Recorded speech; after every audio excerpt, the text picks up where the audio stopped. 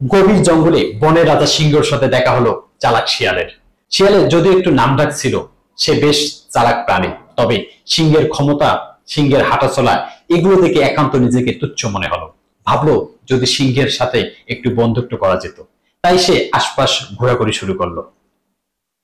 সময় পেলেই, সুযোগ পেলেই সিংহের পা চেটে দিত এবং প্রশংসা করত, বলতো, মহারাজা আপনার ডাকে পশু পাখিরা কাঁপে। এভাবেই সিংহের আশপাশে থাকতে থাকতে শিয়াল একসময় নিজেকে বেশ ক্ষমতাবান মনে করা শুরু করলো।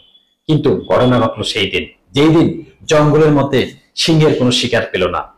সিংহ ভাবলো, আমার আশপাশে থাকা অপ্রয়োজনীয় প্রশংসা করা বস্তুটাকে আজকে আমার খাদ্য বানাইতে হবে। তাই যেই কথা সেই কাজ, শিয়ালকে এক থাবায় সিংহ তার খাবার বানিয়ে নিল এবং খেয়ে ফেললো। এই গল্পের মধ্যে আমি যে জিনিসটা বলতে চাচ্ছি, যে ইতিহাসটা বলতে চাচ্ছি, সেটা কি জানেন? ক্ষমতার আশপাশে থাকতে থাকতে কিছু চালাক মানুষ নিজেদেরকে প্রকৃতপক্ষে ক্ষমতাসীন মনে করে। যুগে যুগে ইতিহাস বলে যে যারা ছিল ক্ষমতাসীনদের পাশে, কোনো এক সময় ক্ষমতাসীনরা তাদেরকে গ্রাস করছে।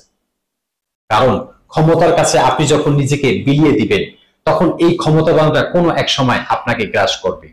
বুদ্ধিমানরা কি করে জানেন? বুদ্ধিমানরা নিজেদের আত্মসম্মান বজায় রেখে মানুষের সঙ্গে মেশে।